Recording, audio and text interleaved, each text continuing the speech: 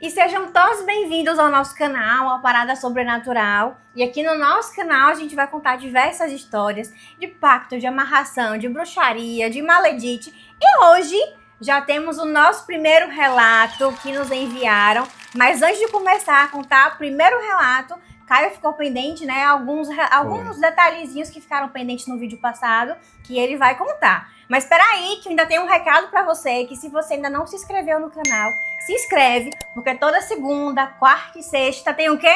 Temos vídeos Tem de vídeo relatos novo. É verdade. Então, se você gosta desse mundo sobrenatural, se você gosta de tudo que gira em torno do mundo sobrenatural, você não vai se arrepender. Pode já se inscrever, Ativar o sininho. Você está no lugar certo.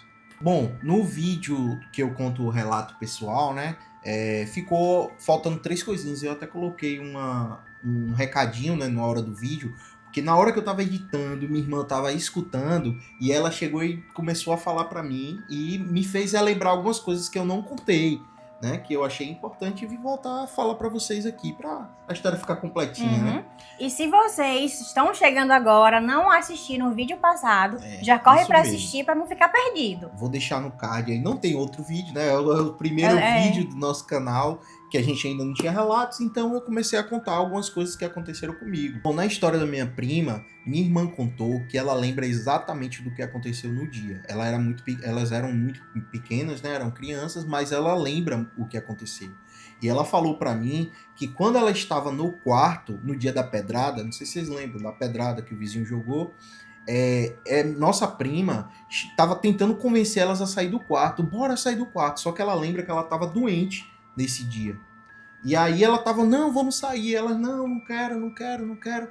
E aí tentava puxar ela e ela não. Só que aí teve uma hora que elas cederam e saíram do quarto.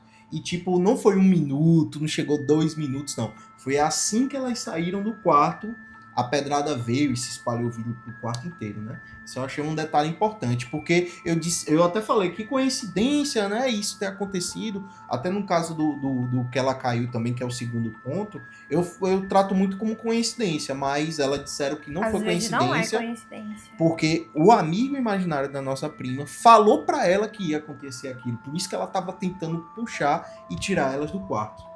E a segunda parte que eu falei que era coincidência foi na queda dela, entendeu? Que o amigo imaginário não gostou que ela ia desfazer da amizade e ia machucar ela. E minha irmã falou que elas estavam brincando todas juntas. E quando minha prima caiu e bateu a cabeça, ela já levantou falando, ele que colocou o pé pra eu cair, ele que colocou o pé pra eu cair. E aí rachou a cabeça. Foi, rachou a cabeça. E ela disse que ele colocou o pé pra ela cair e no dia anterior já tinha avisado, né? Ou foi no mesmo dia, não me lembro. Queria acontecer alguma coisa com ela. Se a amizade desfizesse, né? Exatamente. E teve um outro terceiro ponto também, que não foi nem sobre a história da minha prima. Eu coloquei lá no momento, mas foi a história da minha tia, né? Que tava sem andar e tal. Minha tia foi para o pai de santo lá. O pai de santo falou exatamente. Foi uma demanda que fizeram para os meus pais e pegou em minha tia. Entendeu? Eu não sei muito como é que funciona esse mundo, mas eu acredito que tem uma certa abertura, né? Eu acho que quando a gente está mais sensível, né? Quando a gente está mais ligado a Deus, acho que o nosso corpo fica mais forte, não sei. Ligado. Então, quando a gente está mais protegido, né? A gente não tem abertura para aquilo, acabou pegando em outra pessoa que estava mais suscetível àquilo naquele momento ali. E se alguém souber de alguma explicação, já corre, deixa nos comentários, porque a gente vai ler tudo. Olá, Caio e Marília. Não sei quem vai ler esse relato, mas já enviei ele para outros canais também. Até onde eu vi, ninguém nunca leu. Pensei que por ser um canal novo, eu teria mais chances. Talvez não leram porque não tinha escrito como escrevi agora. Dei o meu melhor e espero que seja o suficiente. Essa história aconteceu comigo há um tempo e é tudo real. Já troquei os nomes. Podem ficar tranquilos. Meu nome é Gabriela e eu juro, por tudo que é mais sagrado, que cada palavra que vocês vão ouvir agora é verdade. Não é lenda urbana, não é história de internet. Aconteceu comigo, na minha casa, na minha vida. Antes de tudo desmoronar, eu tinha o que todo mundo sonha. Um casamento de 10 anos com Gustavo, meu marido, meu melhor amigo, meu porto seguro. Sabe aquele casal que todo mundo comenta? Nossa, que sorte, Gabi, você tem. O Gustavo é tão perfeito. Era a gente. Ele era carinhoso, presente, um pai incrível para os nossos filhos. Eu me gabava mesmo, sabe? Não vou mentir. Postava foto, contava histórias românticas dele para as minhas amigas. Eu achava que tinha ganhado na loteria. E eu tinha uma dessas amigas, sabe? A Camila. A gente trabalhava juntas numa empresa de marketing aqui da Zona Sul de São Paulo. Ela sempre foi simpática, engraçada, daquele tipo de pessoa que anima qualquer ambiente. Começamos a nos aproximar depois que ela me ajudou num projeto complicado que eu estava quase surtando para entregar. A gente começou almoçando juntas, trocando mensagens fora do horário, viramos amiga mesmo, sabe? Ela começou a frequentar a minha casa, vinha para o churrasco final de semana, para os aniversários, para as festinhas que a gente fazia. O Gustavo sempre foi educado com ela, como era com todo mundo. Mas eu percebia algumas coisas, uns olhares que duravam uns segundos a mais, umas risadas muito entusiasmadas quando ele contava com uma piada besta, a forma como ela sempre arrumava uma desculpa para sentar do lado da mesa dele. E eu falava para mim mesma: para de paranoia, Gabi, ela é sua amiga, você está viajando. Mas aquele incômodo nunca ia embora completamente. Era como uma pedra no sapato, que você tenta ignorar, mas vai te machucando aos pouquinhos. Às vezes eu pegava ela olhando para o Gustavo com expressão, não sei explicar direito, mas era admiração, desejo, inveja, talvez tudo isso misturado. Uma vez, numa festa aqui em casa, eu saí da sala para buscar alguma coisa na cozinha. Quando eu voltei, a Camila estava mostrando o celular para Gustavo, os dois muito juntinhos lá no sofá, sussurrando alguma coisa. Quando eles me viram, se afastaram bem rapidinho. Aí ela falou: eu estava mostrando um vídeo para ele, disse sorrindo, mas o clima ficou estranho.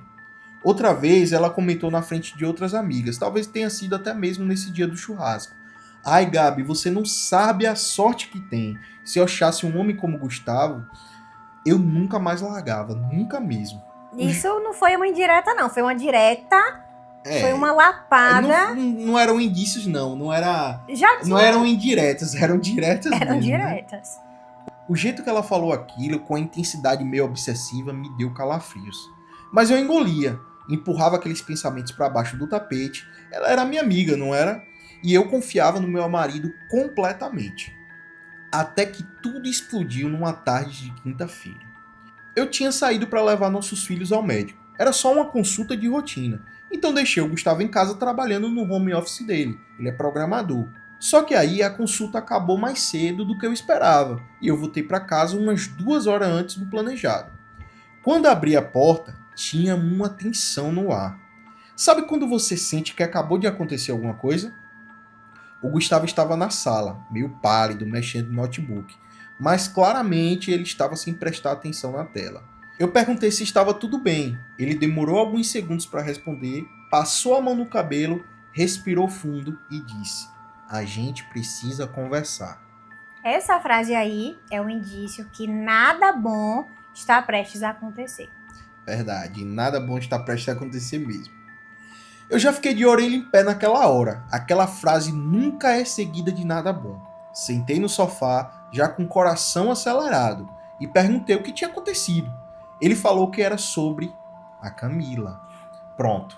Ali eu já sabia. Sabia que tinha alguma coisa errada. Tenho certeza que o mundo dela desabou.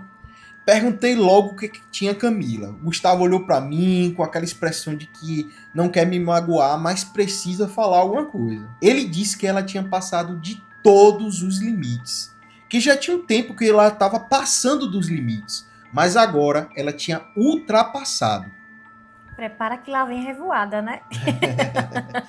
Ali mesmo, sem saber o que tinha acontecido, eu já estava furiosa. Em segundos, já tinha passado um filme na minha cabeça. Ele falou que ela ficava mandando mensagens fora de hora, algumas indiretas estranhas, falava umas coisas do tipo: você merecia alguém que te valorizasse mais, Gustavo. Homens como vocês são raros. Então, essa Camila, a gente já via do início que ela não presta. Não presta porque E outra coisa, ele também deu abertura que ele foi errado em sentar com ela. Mas ele foi errado em sentar com ela no sofá, homem, bem já próximo. Saibam que você sempre vai estar errado. Não importa o que aconteça, você vai estar errado. Mas, voltando, ele foi errado porque ele sentou com ela no sofá e foi ficar de risadinha de cochicho. Porque um homem casado não faz isso. Por mais que seja, se diz amiga. É amiga da esposa, não é amiga dele. Então tem que saber diferenciar aí. Disse que não contou antes porque não queria criar caso, não queria que brigasse com uma amiga por causa de besteira e ficasse com um clima ruim no trabalho. Eu senti uma raiva subindo pela minha garganta. Perguntei logo o que tinha acontecido naquele dia. Ele respirou fundo de novo, estava com a cara envergonhada. Sabe quando a pessoa não sabe por onde começar? Mas mesmo assim ele falou. Hoje ela veio aqui. Disse que precisava pegar umas coisas, que tinha esquecido da última vez que veio. E aí eu deixei ela entrar. Fui fazer um café. Ela me seguiu para a cozinha e tentou me beijar. O meu mundo parou naquele momento. Eu não acredito no que aquela mulherzinha fez. Eu gritava de raiva, levantei do sofá possessa. Ele falou que tinha recusado na mesma hora, obviamente, que ela nem tinha chegado a encostar nele porque ele empurrou. Falou que ela estava louca, que eu era a esposa dele e que isso nunca ia acontecer. Disse que ela começou a chorar, disse que se confundiu, que ele tinha dado sinais errados e aí ele mandou ela embora. Tá vendo? Deu sinais errados. As risadinhas. É verdade, ela mesma falou aqui. As risadinhas, os olhares, as trocas de mensagem, tudo isso. Por mais que ela já esteja cobiçando o marido da amiga, porque o que ela fez foi isso, uma cobiça, e depois ainda disse que ele merecia mais. Ou seja, ela estava dizendo, entre outras palavras, que a mulher dele não era suficiente para ele. Que amizade é essa? Eu fiquei tremendo de raiva, de choque, de traição. Aquela víbora tinha tido a audácia de tentar beijar o meu marido na minha própria casa. Enquanto eu confiava nela, enquanto eu deixava ela entrar na minha vida, na vida da minha família. Peguei o celular com as mãos tremendo e digitei várias mensagens para ela. Nem me lembro exatamente o que escrevi, mas vocês podem imaginar. Resumido e censurado, eu disse que ela era uma pessoa horrível, que não queria ter mais contato com ela nunca mais, que não me procurasse, que não me ligasse, nem olhasse na minha cara no trabalho, que passasse bem longe. Bloqueei de tudo, WhatsApp, Instagram, Facebook, apaguei ela da minha vida e da vida de Gustavo. Aquela noite, eu mal conseguia dormir. Ficava repassando todos os momentos, todos os sinais que eu tinha ignorado. A raiva era misturada com a sensação de idiota, sabe? De ter sido enganada. O Gustavo ficou me abraçando, pedindo desculpa por não ter contado antes. Eu estava com raiva dele, muita raiva, mas eu não ia deixar aquela víbora atrapalhar meu casamento. Eu dizia que não era culpa dele, mesmo querendo esganar ele por não ter me dito logo. Apesar de eu ter entendido o lado dele também, sabe? Até porque foi eu que trouxe ela para nossas vidas. No final de tudo, a psicopata era ela. Se eu soubesse o que ela iria fazer, ou soubesse do inferno que a gente estava prestes a passar, eu teria feito muito mais do que só bloquear ela. No dia seguinte, era uma sexta-feira. Eu tinha acabado de voltar do mercado e estava aguardando as compras quando a campainha tocou. Olhei no olho mágico e era justamente quem? Camila. Meu sangue ferveu na hora. Eu ia abrir a porta só para gritar com ela de novo, mas quando abri, ela já estava chorando. Não era aquele chorinho falso de novela não, era um choro convulsivo, desesperado. Os olhos vermelhos, inchados, o rímel escorrido, o cabelo todo bagunçado, e aí ela falava: Gabi, por favor, me escuta, só um minuto, dizia chorando, soluçando. Eu sei que fui uma idiota, eu sei que passei dos limites, e eu confundi as coisas, você tem uma família tão perfeita, um marido tão perfeito, e eu nunca tive nada disso. Nunca achei um homem como Gustavo, e eu me senti rejeitada a vida toda. Quando ele era gentil comigo, eu confundia as coisas. Ela estava praticamente ajoelhada na minha porta. As vizinhas começaram a olhar pela janela. E eu disse que não aceitava a desculpa dela, que ela tinha traído a minha confiança e acabou por ali. E para mim é assim, quando acaba, acaba de verdade, seja qualquer coisa. Ela disse que sabia, que eu não ia perdoar ela nunca e que ia sair da minha vida, que já ia embora, mas precisava ir no banheiro antes. pediu, implorou. Falou que a casa dela era longe e ela precisava urgente ir no banheiro. Eu não tinha um pingo de pena daquela mulher, mas por causa da gritaria e do escândalo, os vizinhos curiosos já estavam de olho. E eu só queria que ela fosse embora logo. Aí tive a brilhante ideia de deixar, só para ela parar de fazer escândalo na minha porta. Como só tinha eu na casa e o Gustavo não estava lá, eu deixei.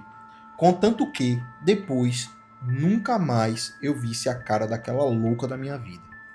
Ela disse que tudo bem e foi. Entrou, subiu as escadas rapidinho e trancou a porta do banheiro. Fiquei lá embaixo na sala esperando, contando os minutos para ela ir embora. Ela demorou um tempão, sabe? Tipo uns 10, 15 minutos. Pensei em subir e bater na porta, mas não queria interação com aquela mulher de novo. Finalmente ouvi a descarga, a torneira, e aí ela desceu. Agradeceu, pediu desculpa de novo. Eu só sei que eu abri a porta sem responder nada. Quando ela sair, eu bati a porta com raiva na cara daquela nojenta. Na minha mente, eu só desejei o mal para aquela mulher, de tanta raiva que eu tava, que ela fosse pro inferno. Mal sabia eu que o inferno estava prestes a vir para mim.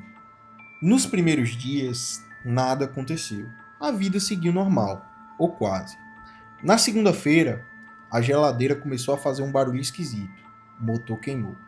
3.000 de prejuízo, tive que comprar outra nova.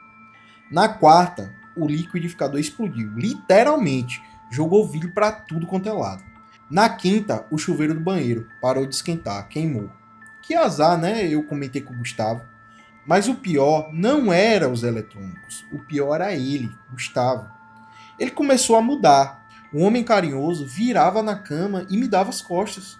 Começou a me responder seco, irritado. Era como se ele tivesse substituído por outra pessoa, uma versão amarga, raivosa e cruel. E então veio o pior. Fui demitida. 2 semanas depois, Gustavo também perdeu o emprego. E ele ganhava super bem, viu? As contas começaram a se acumular, luz, água, cartão, e aí começamos a vender o que podíamos. Computador, videogame de Gustavo, até um anel que eu tinha ganhado na formatura, muito caro mesmo. O carro quebrou o motor, e sabe que motor não é barato, né?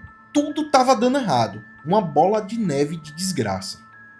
Minha casa, que era sempre limpinha, começou a ficar podre. A parede descascando, mofo surgindo da noite pro dia e o cheiro, meu Deus, que cheiro.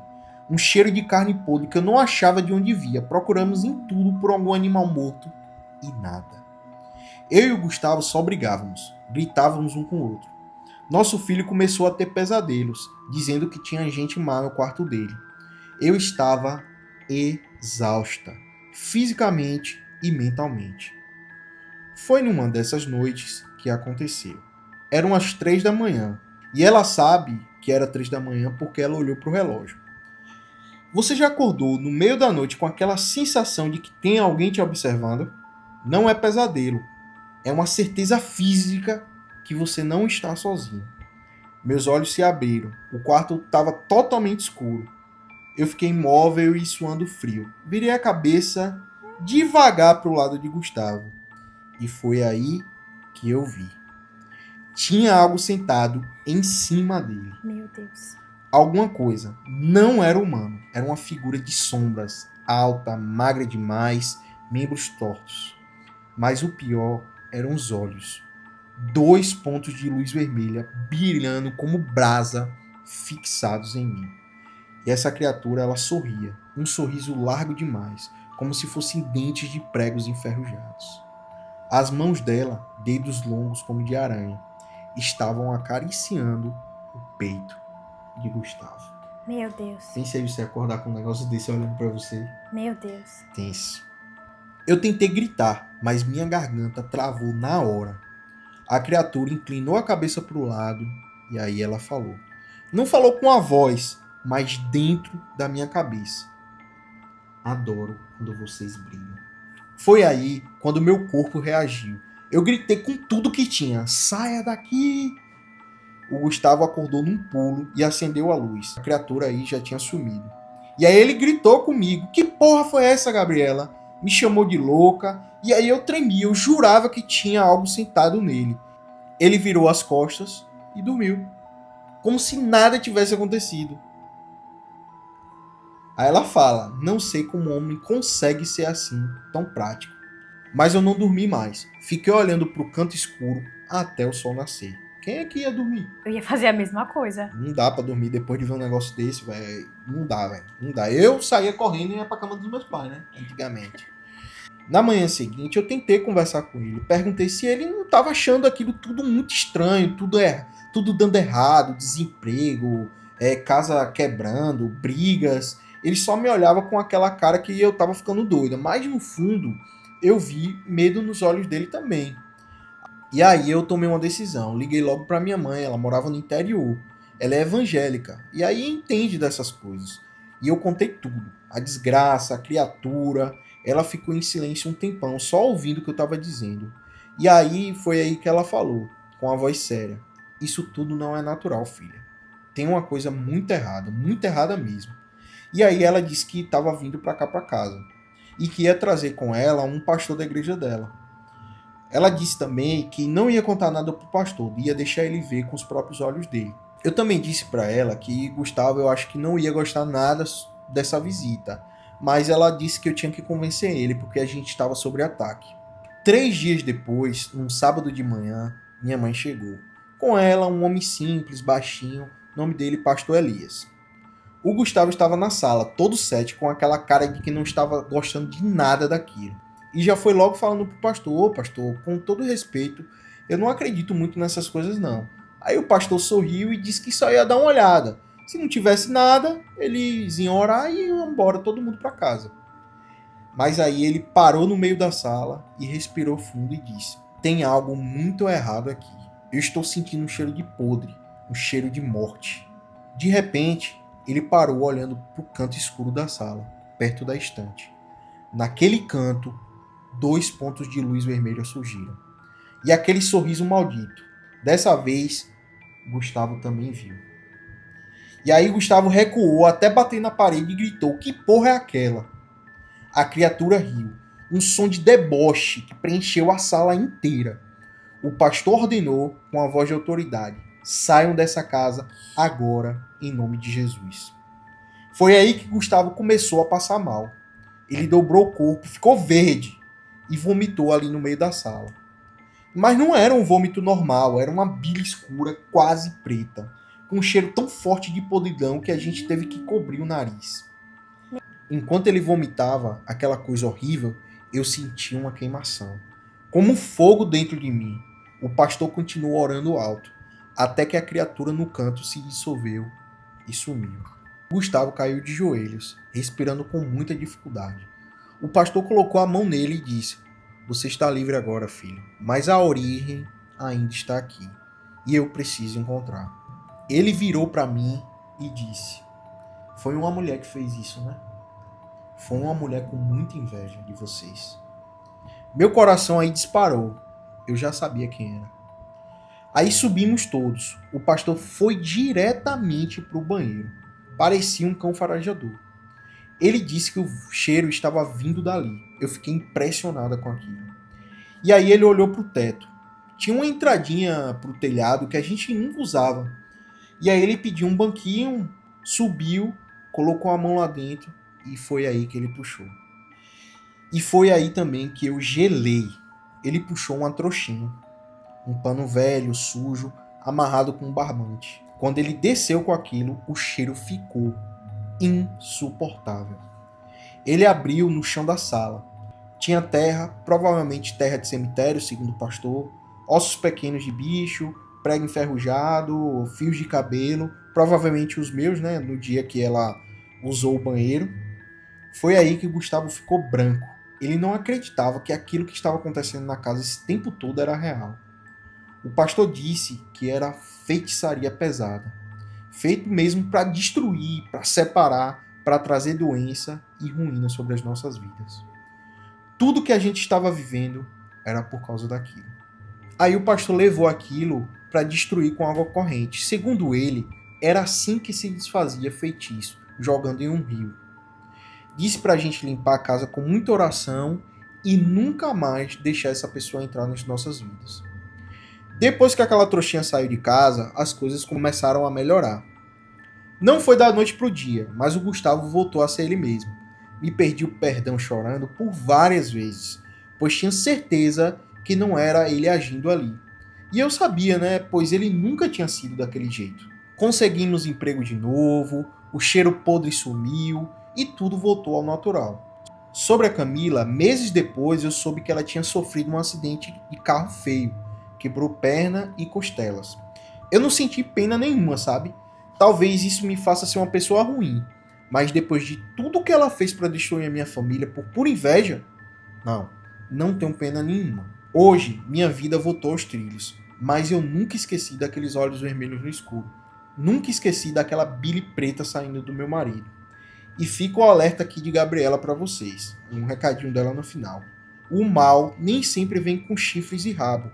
Às vezes, ele vem com um sorriso amigável e pede só para usar o banheiro. Escolha bem quem você deixa entrar em sua casa, porque gente invejosa é capaz de qualquer coisa. É aquela coisa, né? O mal só entra se você deixar. E aí foi o que ela fez. Ela permitiu que a Camila estivesse entre eles, estivesse entre a família, estivesse convivendo Mas assim, com tem uma eles. coisa também, né? A gente nunca sabe o que é que vai acontecer. Às vezes a pessoa não precisou nem ir com essa Camila, a pessoa não demonstrou a inveja. Ou às vezes o sinal é muito sutil pra gente perceber. A pessoa esconde bem demais. Você sabe disso que tem isso. Mas Camila já estava demonstrando, estava dando sinais. E ela ainda assim, não, é coisa da minha cabeça. Entendeu? Então, são pequenos sinais que a gente precisa aprender a ler. Aprender a interpretar, porque ela já deu realmente sinais. A gente tem que se blindar com esse tipo de coisa. A gente tem que reparar mais nessas coisas, principalmente em relação a pessoas, né? Inveja. A gente tem que realmente começar a reparar nisso. A filtrar. Mesmo que às vezes não seja tão perceptível assim, né? Às vezes não dá pra gente perceber. Às vezes a pessoa tá travestida ali de amizade bem camuflada, né?